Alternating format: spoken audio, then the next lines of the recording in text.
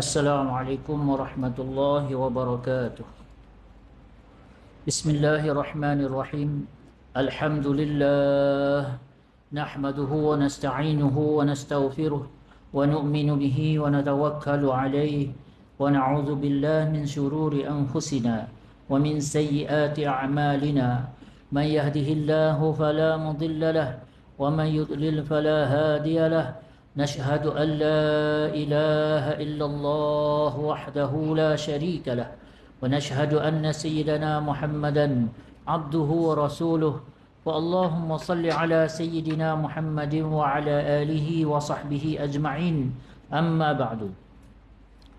Alhamdulillah summa alhamdulillah, Allah Subhanahu wa taala telah beri pada kita nikmat yang banyak, maka antaranya dapat kita teruskan kehidupan dunia kita, dan sekarang kita berada di satu saat ketika yang sangat-sangat bermakna, iaitu Ramadan Al-Mubarak. Dah keluar dah keputusan? Bila? Lusa puasa. Jadi malam esok start dengan tarawih.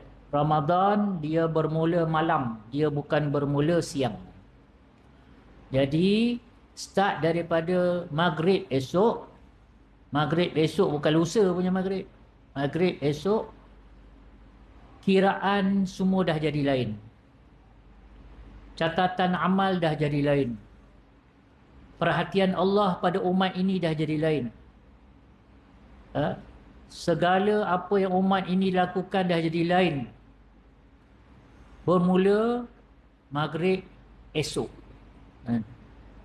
Semoga Allah bagi umur lah untuk kita sempat bertemu lah dengan maghrib esok, dan semoga kita direzekikan untuk dapat sempurnakan Ramadan tahun ini sebagaimana Allah beri untuk kita sempurnakan pada tahun yang lepas.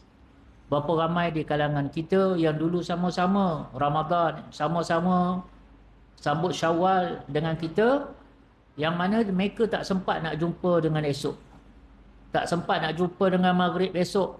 Bermulanya satu Ramadan kerana dah dijemput balik oleh Allah Subhanahu Wa Taala. Dan kita pun tak ada jaminan lagi ni. Cuma bila dah semakin dekat dengan esok tu, harapan tu makin besar lah. InsyaAllah semoga sempat. Sebab hakikat Ramadan, kebesaran Ramadan, kemuliaan Ramadan ni yang paling faham ialah orang yang dah jadi warga barzah. Orang yang dah berada di alam barzah lah yang akan paling faham apa itu nilai sebenar Ramadan, kan? Jadi kita syukur pada Allah Ta'ala, Allah izinkan kita dah berada di penghujung Syaban. Semoga Allah kurniakan, izinkan, berikan pada kita umur untuk kita teruskan dapat bertemu dengan Ramadan Al-Mubarak bagi tahun ini, dan seterusnya menyempurnakan Ramadan Al-Mubarak, baik menyempurnakan dari segi bilangan harinya maupun menyempurnakan dari segi pengisiannya. Dua-dua kita nak sempurnakan insya-Allah. Tapi sebelum sampai malam esok, kita tengok kitab kita ni insya-Allah. Jadi kita sekarang sedang membicarakan satu kitab yang diberikan nama peringkat-peringkat tasawuf dalam Al-Quranul Karim, berdasarkan daripada kitab tafsir At-Tashil Li'ulumit Tanzil yang telah dikarangkan, dituliskan oleh Al-Imam Ibn Juzai Al-Kalbi Al-Gharnati rahimahullah.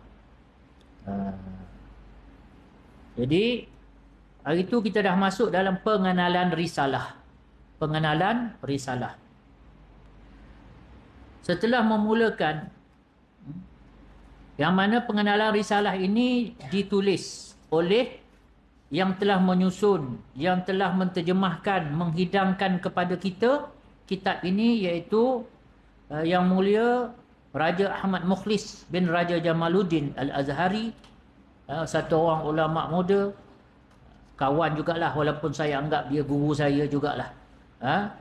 Dia walaupun orang muda, tapi Masya Allah, Allah bagi pada dia futuhatul ilmi, pembukaan ilmu yang hebat pada dia. Semoga Allah SWT terus memberkati umur dia dan memberikan kita manfaat melalui adanya beliau ini di kalangan kita umat Islam di Malaysia ni. Jadi pengenalan risalah ini ditulis oleh Ustaz Raja Ahmad Mukhlis hafizahullah.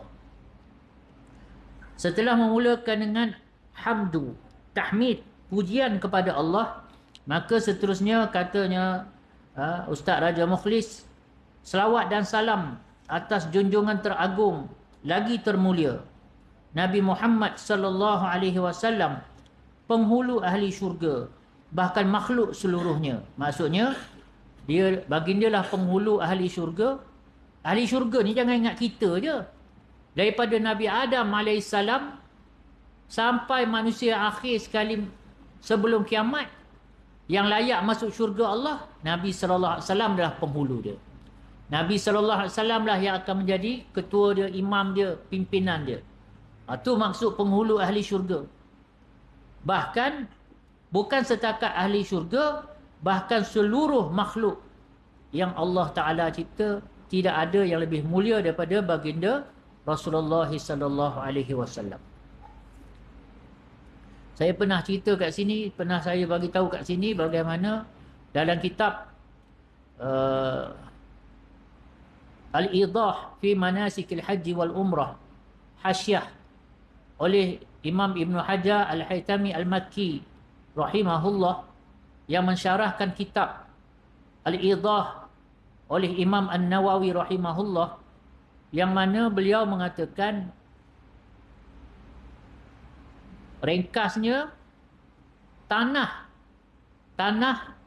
yang mengkhidmati jasad Nabi sallallahu alaihi wasallam, sepakat para ulama, tanah yang mengkhidmati jasad Nabi sallallahu alaihi wasallam di makam baginda sekarang ni, tanah tu lebih mulia daripada arasy Allah SWT. Kenapa? Semata-mata kerana dia berdempel dengan jasad Nabi sallallahu alaihi wasallam. Itu pun sudah membawa kemuliaan. Arasy pun tak ada nilai nak banding dengan tanah tu, bukan dengan jasad Nabi. Dengan tanah tu, tuan-tuan. Semasa Musa alaihi salam nak terima wahyu di lembah tua, di Bukit Tursina, Bilwadil Muqaddasi tua, di lembah yang suci, lembah tua yang suci, Allah SWT kata apa? Ya Musa ikhla'na alaik. Wahai Musa, buka kasut kamu. Kamu nak masuk lembah yang suci tu, kamu buka kasut kamu.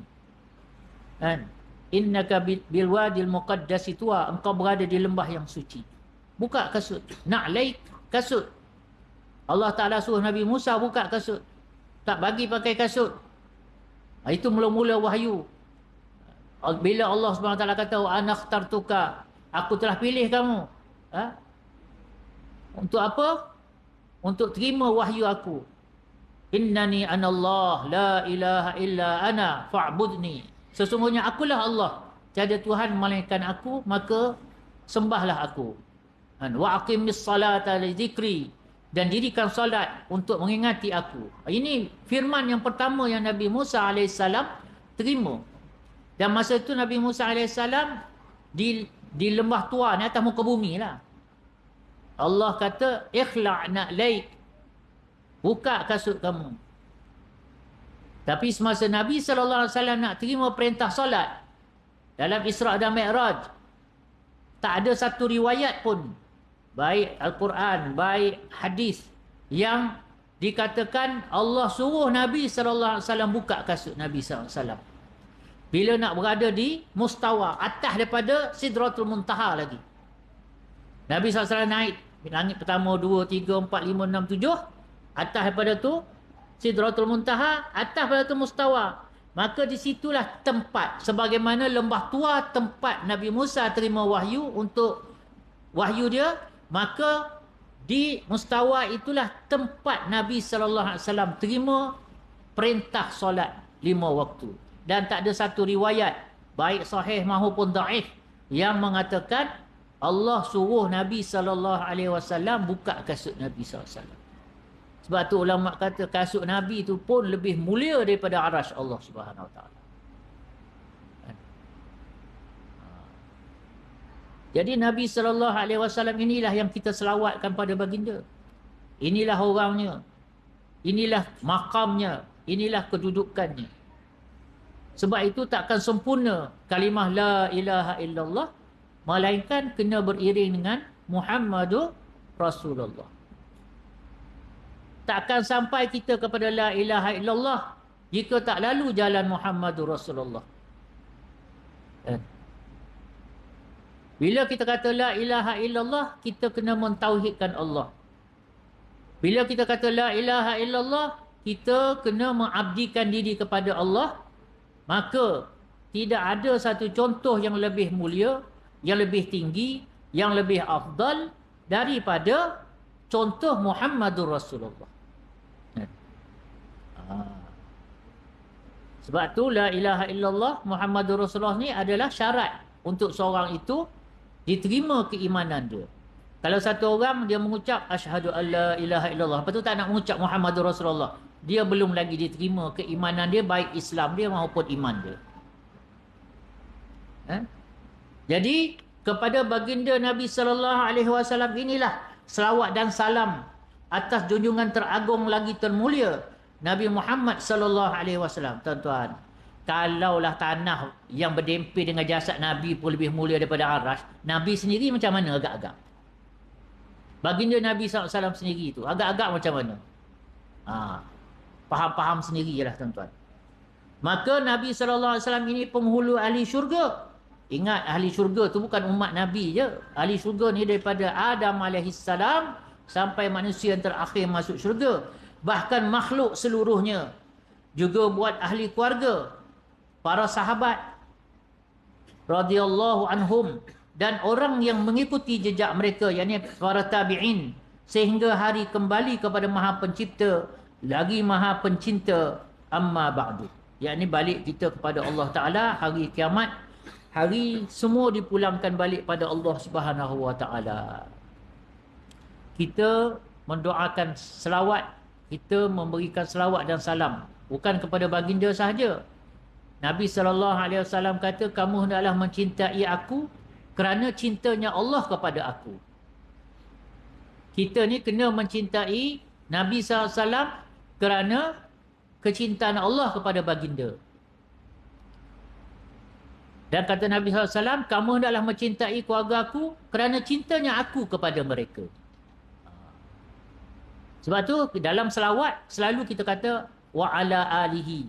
Kita tak tinggalkan keluarga Nabi SAW. Wa ala alihi. Kemudian wa sahbihi. Dan sahabat-sahabat. Bukan sahabat saya kan. Sahabat Rasulullah sallallahu alaihi wasallam. Siapa yang dia boleh kata sahabat ni? Ada 3 syarat. Orang yang ada 3 syarat ni boleh jadi sahabat Nabi. Pertama, dia beriman dengan Nabi sallallahu alaihi wasallam. Yang kedua, dia mati dalam iman. Yang ketiga, sempat bertemu Nabi sallallahu alaihi wasallam. Jadi kita syarat yang 2 kat depan tu insya-Allah. Tapi yang ketiga tu memang tak ada harapan. Kalau mimpi pun dia tak jadi, dia tak aci. Dia kena jumpa Nabi sallallahu alaihi wasallam semasa hayat Nabi sallallahu alaihi wasallam.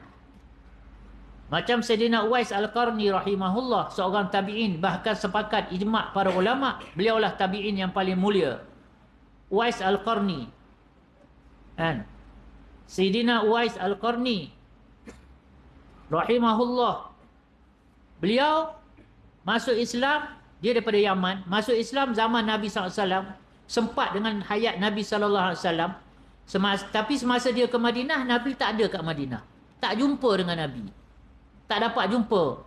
Dan selepas pada itu, dia tak dapat lagi dah datang ke Madinah kerana menjaga ibu dia yang sakit, yang uzur. Dia kena korbankan perasaan dia nak jumpa Nabi, maka dia tak dapatlah jumpa Nabi sampai Nabi wafat. Tapi Nabi SAW, sebelum wafat, Nabi SAW boleh pesan pada Sayyidina Umar, boleh pesan kepada Sayyidina Ali, wahai Umar, kalau kau carilah orang yang nama dia Uwais Al-Qarni, daripada kabilah Al-Qarn, orang Yaman, tubuh dia macam ni, orang dia macam ni, kulit dia macam ni. Kamu cari dia. Ya Rasulullah, habis tu kalau cari dah jumpa nak buat apa? Minta dia doakan kamu. Ha. Bukan suruh engkau doa, wahai Umar, engkau doakan dia. Tak. Umar, orang yang label Umar ni, Nabi SAW kata, engkau minta dia doakan kamu. Jumpa Sayyidina Ali pun, Nabi pesan benda yang sama. Wahai Ali, kamu carilah orang yang demikian sifat dia.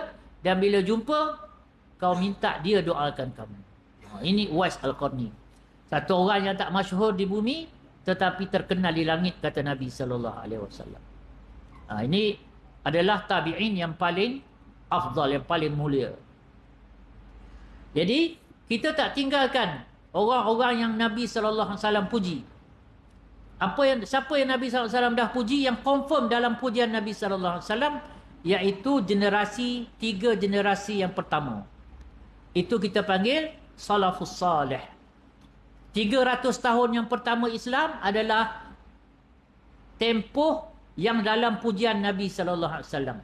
Kata Nabi SAW, khairul quruni qarni, sebaik-baik kurun ialah kurun aku.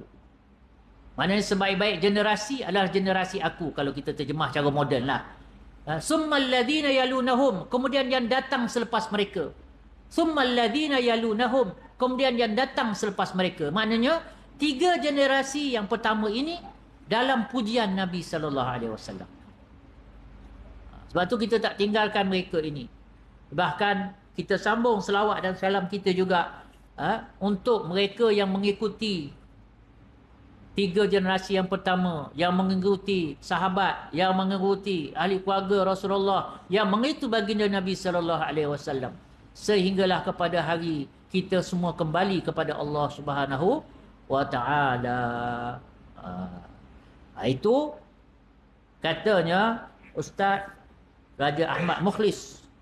Seterusnya beliau meneruskan menceritakan tentang apakah perkenalan kepada buku kecil yang kita nak muzakarahkan ni.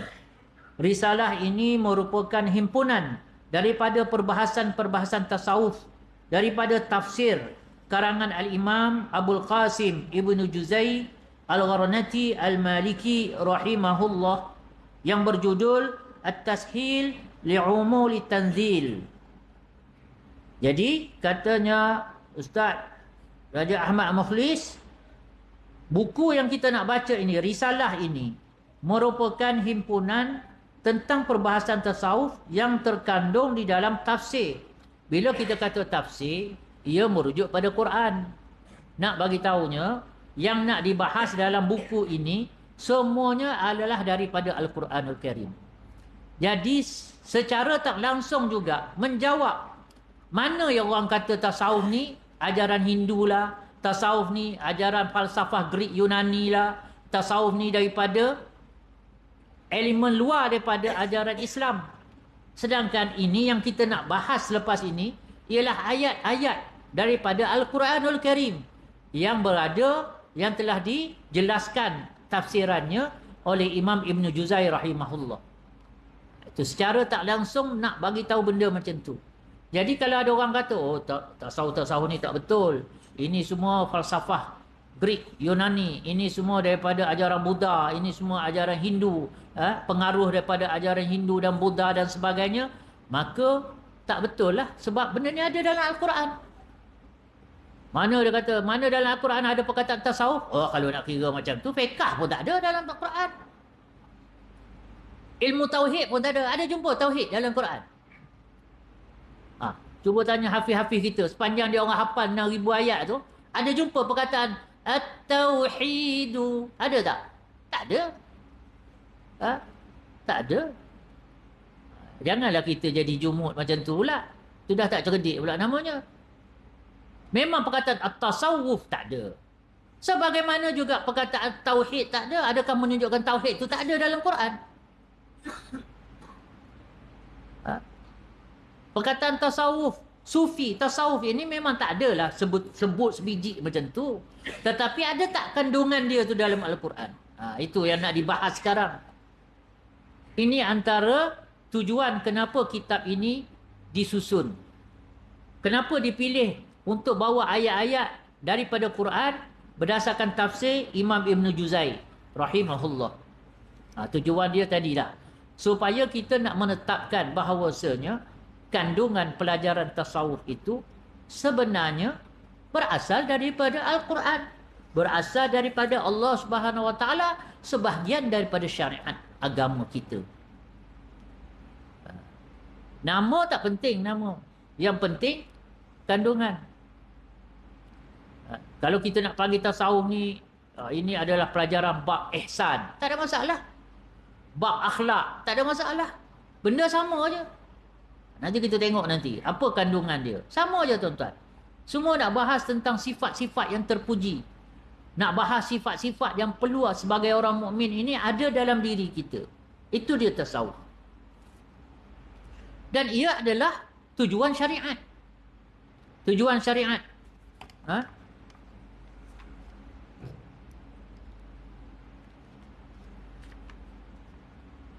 Tujuan kepada syariat. Contoh. Kita ambil satu contoh.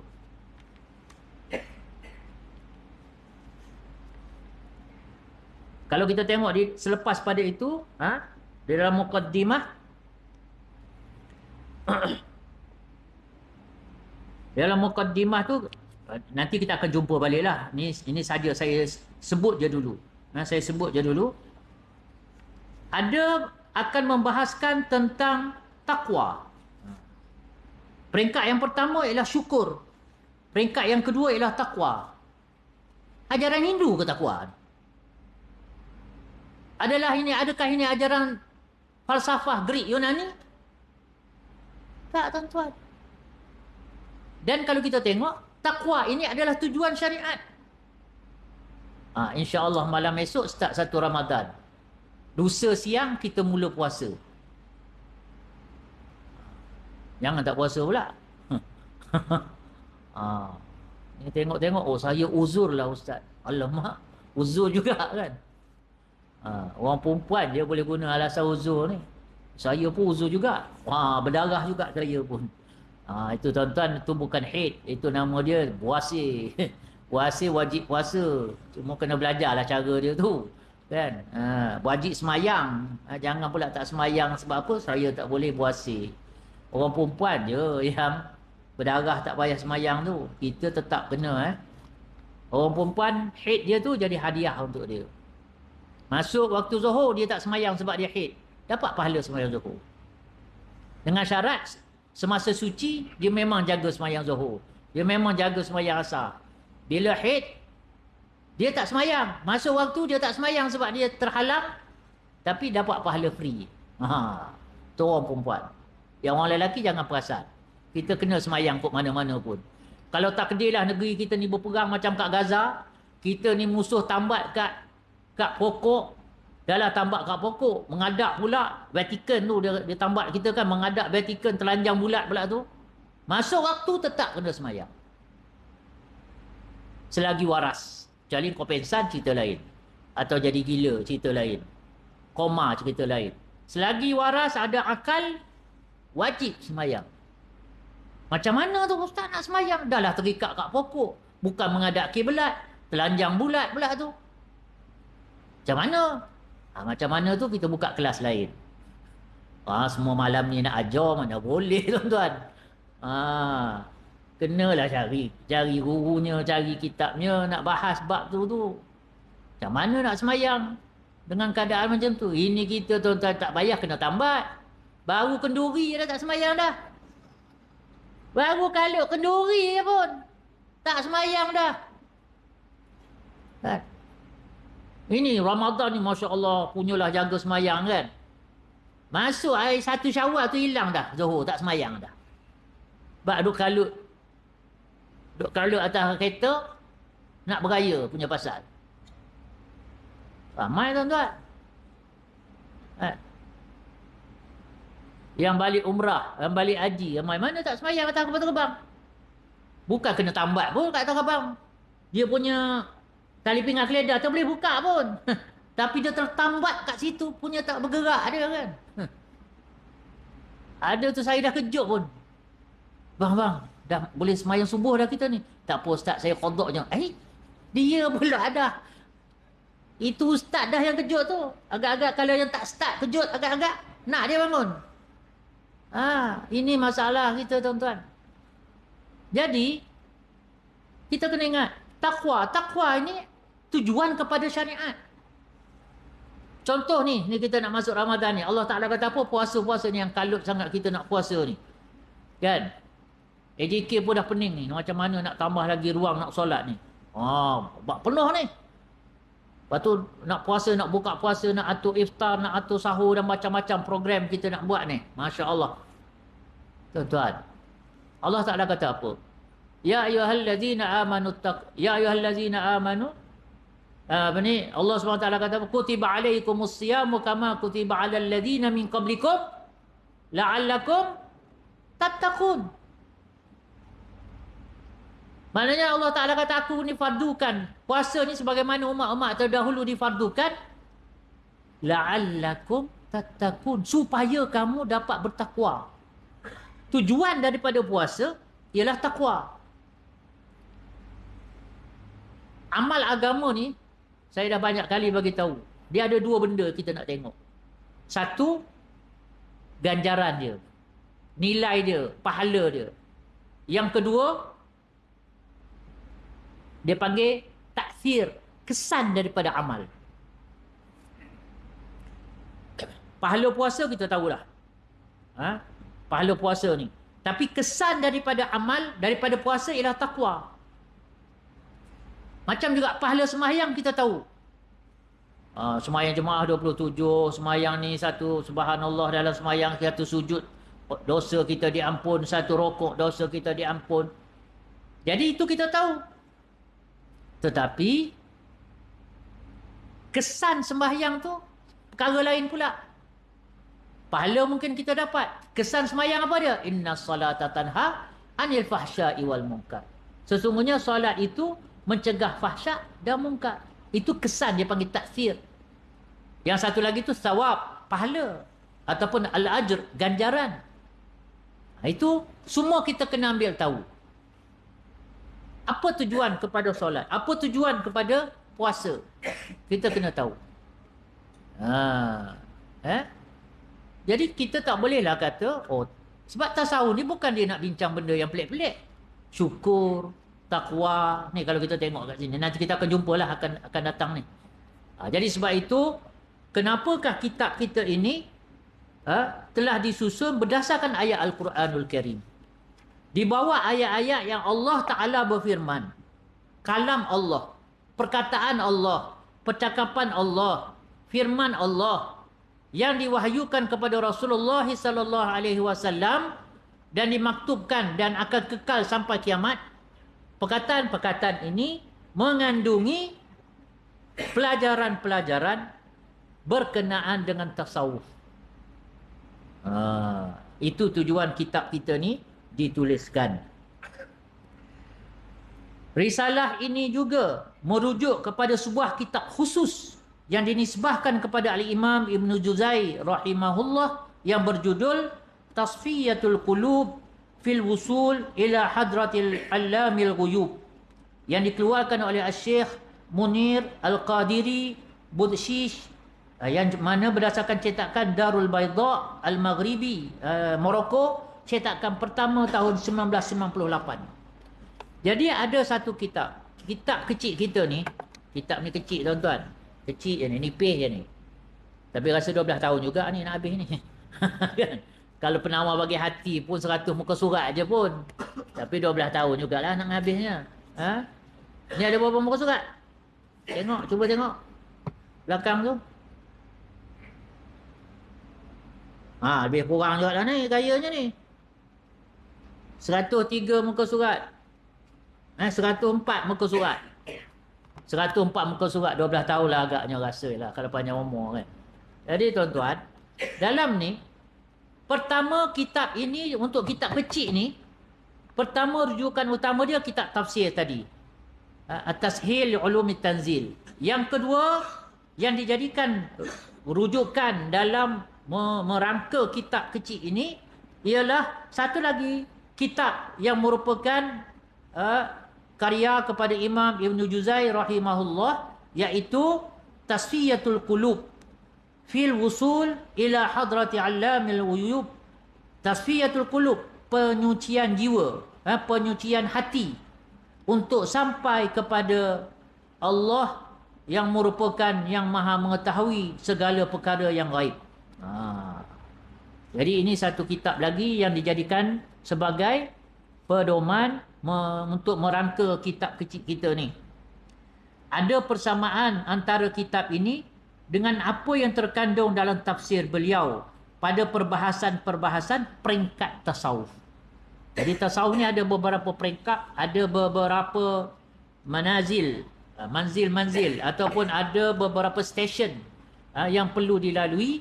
Maka kata Ustaz yang mulia Ustaz Raja Ahmad Mukhlis. Ustaz Raja Ahmad Mukhlis ni dia, Allahumma salli ala Muhammad, dia ni kerabat Raja Selangor. Dia ni cucu lah, tak silap saya, cucu ke cicit ke kepada Raja Selangor yang alim, yang mengarang kitab pohon agama ke, tak silap saya nama kitab tu. Boleh carilah tuan-tuan. Jadi Masya Allah, sebab tu saya kata yang mulia Raja Ahmad Mukhlis, sebab dia keturunan ni bangsawan lah, Selangor, Sultan Selangor. Ada persamaan antara kitab ini dengan apa yang terkandung dalam tafsir beliau pada perbahasan-perbahasan peringkat tasawuf. Cuma dalam kitab ini, yakni kitab yang Tasfiyatul Qulub tadi, ianya tersusun kepada 12 peringkat tersebut. Sedangkan dalam kitab tafsir pula, dia terpisah-pisah dalam surah yang pelbagai. Jadi dalam tafsir ni, cara tafsir lah ayat-ayat daripada Fatihah tu sampai Qul a'udzu birabbin nas. Tapi dalam kitab Tasfiyatul Qulub, Imam Ibn Juzai memang telah susun mengikut bab-bab tu menjadi 12 bab, mana membahaskan 12 peringkat tasawuf. Jadi dia mempunyai satu susunan, satu kerangka. Kalau ingat kitab Penawar Bagi Hati yang kita bahaskan tu, yang dah selesai, yang tamat tu, yang khatam tu, itu berdasarkan formula ataupun kerangka modul yang dirangka oleh Imam Al-Ghazali. Yang ini adalah pula satu modul yang telah disusun, dirangka oleh Imam Ibn Juzai Al-Gharniti rahimahullah, Al-Kalbi Al-Gharniti. Jadi berdasarkan itulah, maknanya akhirnya risalah kita yang kecil ini, peringkat-peringkat tasawuf dalam Al-Quran ini telah disusun. Namun apa yang dirujuk dalam risalah ini, dalam buku kita ni lah, lebih kepada apa yang diambil secara terpisah-pisah daripada kitab tafsir beliau, dengan mengambil kira rujukan kitab Tasfiyatul Qulub juga. Semoga Allah Subhanahu Wa Taala menerima khidmat kami, iaitu Al-Fadil yang mulia Raja Ahmad Mukhlis bin Raja Jamaluddin Al-Azhari. Dia ni lulusan Universiti Al-Azhar, Masya Allah. Orang muda tapi ilmu dia sangat dalam. Saya ada satu buku yang Ustaz Raja Mukhlis tulis, membahaskan tentang kalam Allah. Al-Quran itu sebagai kalam Allah. Saya baca 20 muka surat je. Lepas pada tu saya dah tak berapa nak faham dah. Dia punya dalam sangat perbahasan dia tu. Kan? Jangan main-main tuan-tuan. Ilmu ni luas sangat. Kan? Tapi Masya Allah, Ustaz Raja Mukhlis ni Allah Ta'ala bagi kepada dia diqah, ketelitian dan juga himmah, kesungguhan dalam menguasai ilmu-ilmu. Syukurlah orang Selangor ada juga hamba-hamba Allah terpilih begitu. Semoga Allah menerima khidmat kami terhadap risalah ini sebagaimana memberi manfaat kepada kami dan para pembaca, juga kepada seluruh pihak yang terlibat dalam penyebarannya. Semoga Allah mengampuni apa juga kekurangan dalam khidmat risalah ini dan menyempurnakannya dengan penerimaan setelah pengampunan. Amin. Al-Fakir ila Rabbihil Jalil. Yang Al-Fakir ni maksudnya yang sangat berharap kepada Tuhannya yang sangat mulia, Al-Jalil yang maha mulia. Raja Ahmad Mukhlis bin Raja Jamaluddin Al-Azhari. Amilahu Allahu bilutfihi al-khafi, yang mana selesai penulisan kitab ini ataupun susunan penerbitan kitab ini ialah 13 Januari 2021 Putrajaya. Sebab isteri kepada Ustaz Raja Ahmad ni, dia ni kerja kat JAKIM. Jadi dia duduk kat Putrajaya, Ustaz Raja Ahmad Mukhlis ni. Masya Allah, satu orang yang begitu berkat lah, insya Allah. Jadi tuan-tuan, kita selesailah dari segi risalah dia. Bukan mukadimah, dia panggil pengenalan dia. Pengenalan ta'aruf kepada kitab kita ini. Lepas pada ini kita akan masuk mukadimah. Masuk mukadimah ni dia akan memberikan kepada kita satu tasawur, satu gambaran secara umum berkenaan apa yang kita akan bahaskan satu persatu nanti di dalam kitab sampailah muka surat 104. 104 nanti ya. Jadi insya-Allah cuma dalam Ramadan saya ada kuliah subuh sekali. Saya tak tahu sama ada kuliah subuh tu nak bawa kitab ke ataupun nak ceramah umum. Ceramah umum ke nak sambung kitab. Mana yang bahagian mengatur ceramah-ceramah ni.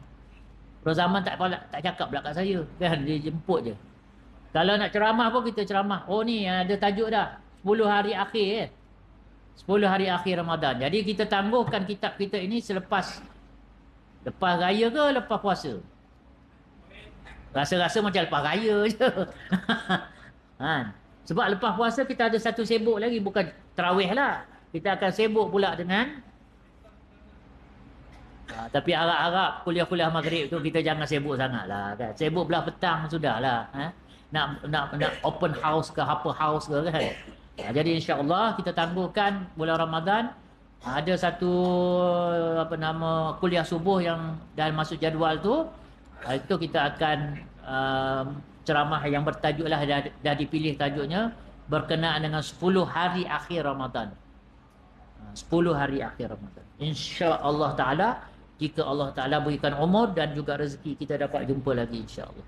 Semoga Allah SWT memberikan manfaat daripada muzakarah sederhana, simple, ringkas kita ini. Dan semoga Allah Ta'ala beri taufik untuk kita dapat bawa perkara-perkara yang Allah Ta'ala suka ini dalam diri kita. Dan seterusnya dapat kita sampaikan pada saudara-saudara kita lain insya-Allah. A'udzubillahi minasyaitonirrajim. Bismillahirrahmanirrahim. Alhamdulillahi rabbil alamin. Allahumma salli ala Sayyidina Muhammad wa ala alihi wa sahbihi ajma'in. Rabbana shrah lana sudurana wa yassir lana umurana wahlul 'uqdatam min alsinatina yafqahu aqwalana. Rabbana zidna 'ilma warzuqna fahma. Allahumma inna nas'aluka hubbak wa hubba man yuhibbuk wal 'amala alladhi yuballighuna hubbak. Allahumma rzuqna hubbak wa hubba rasulik wa hubba man yanfa'una hubbuhu indak. برحمتك يا أرحم الراحمين. اللهم بارك لنا في شعبان وبلغنا رمضان اللهم آت نفسنا تقواها وزكها أنت خير من زكاها أنت وليها ومولاها. اللهم انصر إخواننا في فلسطين عامة وفي غزة العزة الخاصة.